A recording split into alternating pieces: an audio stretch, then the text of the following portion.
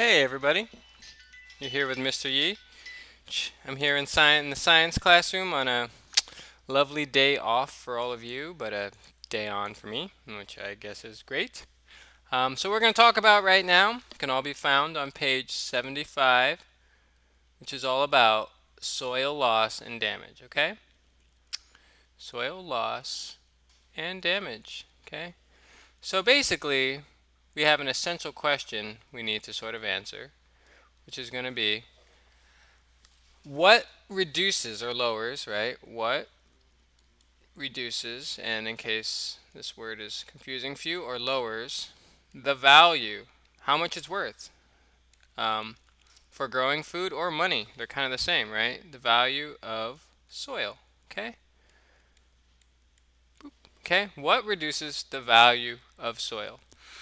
There are going to be two things that we're going to talk about that reduce the value of soil. Okay? And that makes sense because we're all about soil conservation in this unit. One thing would be the loss of fertility. Loss of fertility.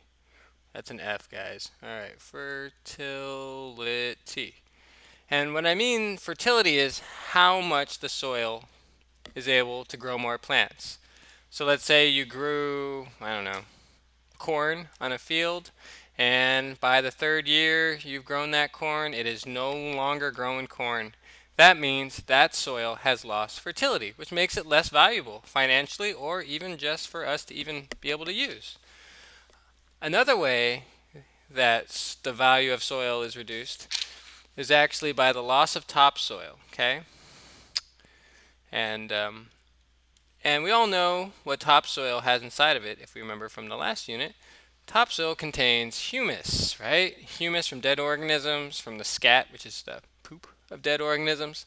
And this is if we had some soil, for example, sitting like the video you guys watched, and they kept eroding. Water, wind, air kept dragging the soil away from where it needed to be. And having less topsoil actually will make the soil less fertile because there'll be more bedrock exposed or subsoil, which contains less of the things that we need to grow life.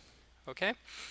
So these two things, the loss of fertility, right here, and the loss of topsoil, are the main contributors to the to why soil loses its value. Okay? Well, with all of that said, we need to figure out what are some things that we can do to improve the situation. What kind of things can we do to improve the value of soil? Well, that's what a soil conservation, wow, it's a weird color, that's okay. Conservation is all about. Okay? There are three main soil conservation methods. I'm sorry, that pen is totally different color. I'll try to get better at this later. But the three main soil conservation methods, number one, is going to be contour plowing. Okay? Man, this is so hard to write neat. Sorry, guys. Contour plowing. Okay? That is one way. And contour plowing is actually, they try to disturb soil as little as possible when planting stuff.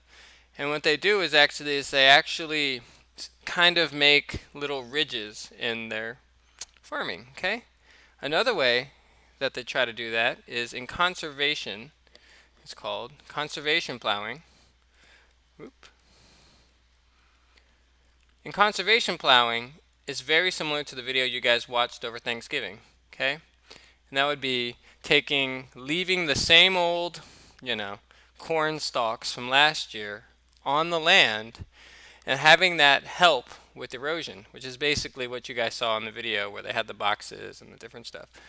And the last one is crop rotation, okay? And that means, for example, like we have corn growing in some soil. We know that corn sucks a little bit more out of the soil in terms of its fertility. So what puts fertility back into the soil is actually we know that peanuts do that. So we'll grow some peanuts in there next time, and that would be rotating the crops out.